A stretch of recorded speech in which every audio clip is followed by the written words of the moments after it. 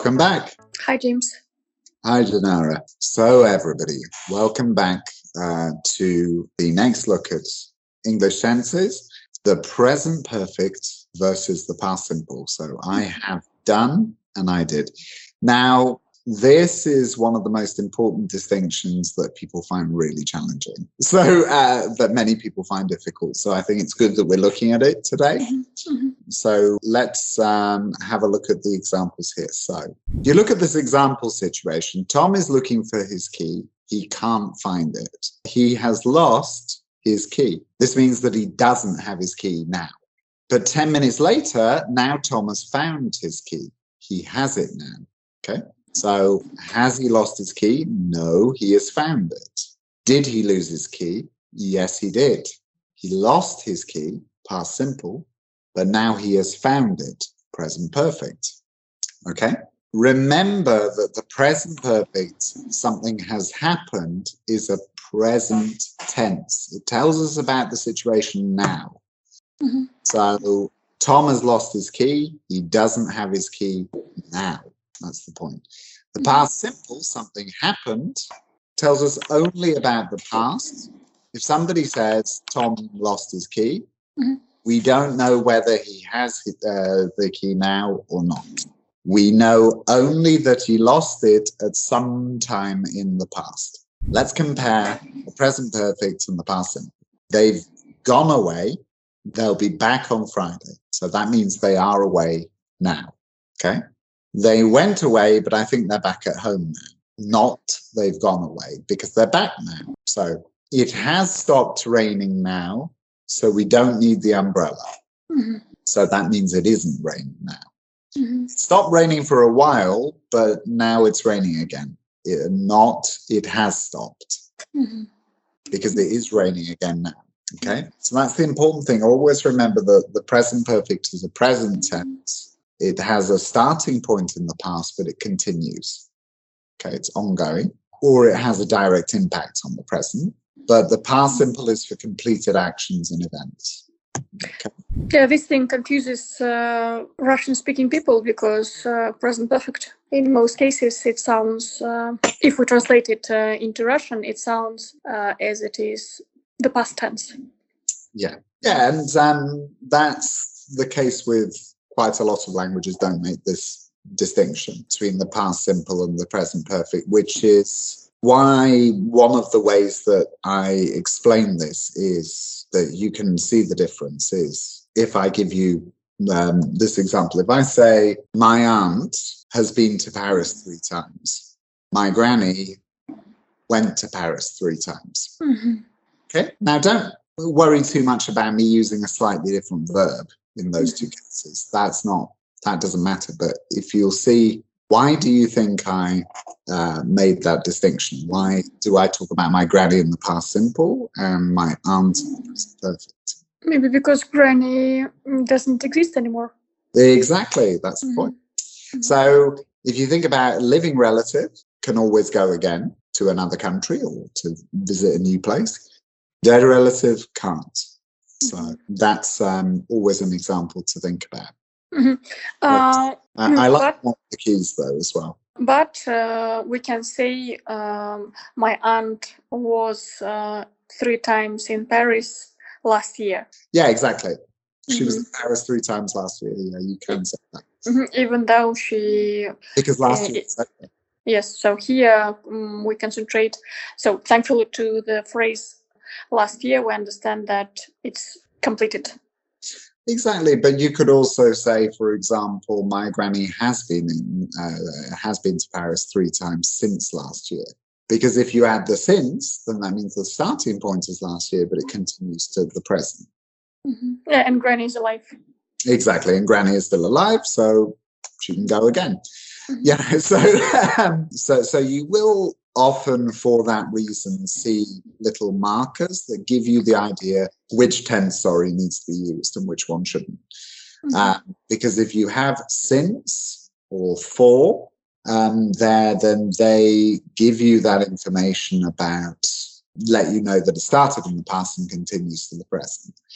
Whereas if you say yesterday or last week or 5 years ago, we know that is entirely in the past. I see. Thank you. And the examples that were, you can also use the present perfect for new or recent happenings. So I've repaired the washing machine. It's working okay now. So Hannah has had a baby. That's great news. Yeah. So these have just happened. Things that have just happened, you can use it for. But you often can also use the past simple for those as well. So if she just had a baby, for example, or I repaired the washing machine, it's working okay now. But we use the past simple for things that are not recent or new. So Mozart was a composer. He wrote more than 600 pieces of music. He's very much dead. You cannot talk about him. You know, the only dead people I think you can talk about in terms of in any present tense is really authors a little bit. If you're discussing their works, you know, like Shakespeare, you can talk about like Shakespeare and Dostoevsky, and you know, you can talk about their writing in the present simple. But when you would then say, oh, and he lived in, you know, as in he lived in this house, you know, as in on a little cobbled street, blah, blah, blah, hundreds of years ago. But if you start talking about them as people, you have to talk about them in the past simple. But if you're discussing their work, you know, as in, for example, what the meaning of a particular play is, or what the meaning of what metaphor the writer was writing about, that you could use in the present simple. But you know, for everything else, you just can't. You have to write in the past simple because they're long dead. You know, so it's completely over. Interesting. My mother grew up in Italy, not has grown, because, well, as in because obviously now she's an adult. You know, she's an adult, or you know, perhaps even an older adult. You know, so. So if we talk about a child, yeah, I can say he has grown in Italy. He's grown up in Italy. He has grown up in Italy. We can say that, right? Yeah. You know, so if you're talking about a child, you could say that. Yeah, he's grown up in Italy. It's more common to use the present continuous because he's still a child. Yeah, exactly. He's growing up at the moment. You know, so. Most common to use the present continuous. So he's growing up, you know, in Italy, you know, or being raised is another way of saying it. But you can't say, but if you say grow on its own, it means something else. It means, you know, as in get taller or get fatter, you know, so as in get taller usually. So if you say he's grown, you can say he's grown a lot of the time. That means, you know, as in, oh, last time I saw him, he was about 1.20 meters, and now he's 1.50 meters. You know, so that's an example of someone's grown, you know. So, but grow up, it's most common in the past simple or the present continuous, because it's something you're going through or it's something that's over. So that's more common, I would say. So if we look at these two sentences, so somebody has invented a new type of washing machine versus who invented the telephone. So somebody has invented a new type of washing machine. That's very recent, you know, it's been in the last few months or the last year or two. It's recent. Whereas who invented the telephone, that was 150 years ago. So that's not very recent anymore. And then we use the present perfect to give new information. But if we continue to talk about it, we normally use the past simple. Ow, I've burnt myself. How did you do that? I picked up a hot dish. Look, somebody has spilled something on the sofa. Well, it wasn't me. I didn't do it. So the very first bit of information, new information, present perfect. This is why the present perfect is often used for news. So, for example, if you could say, the mayor has just announced plans to build a new bypass around the city. Or the mayor has just announced plans to pedestrianize more of the city centre. Or Beyonce has released her latest album or whatever, you know, so as in BTS have released their latest album. You know, this, so it's often used for news, to announce news for that reason. Interesting that even you know about BTS. Crazy. Everybody knows about BTS. It's hard to avoid. Crazy. Yeah, so as in, but when I first heard about those three letters, I thought it was some sort of ailment. Yeah, you know, so because it sounds like a little bit like when you have those three letters. Oh, I've got terrible BTS at the moment. Yeah, so it's like stomach pain or something. BTS is playing up again.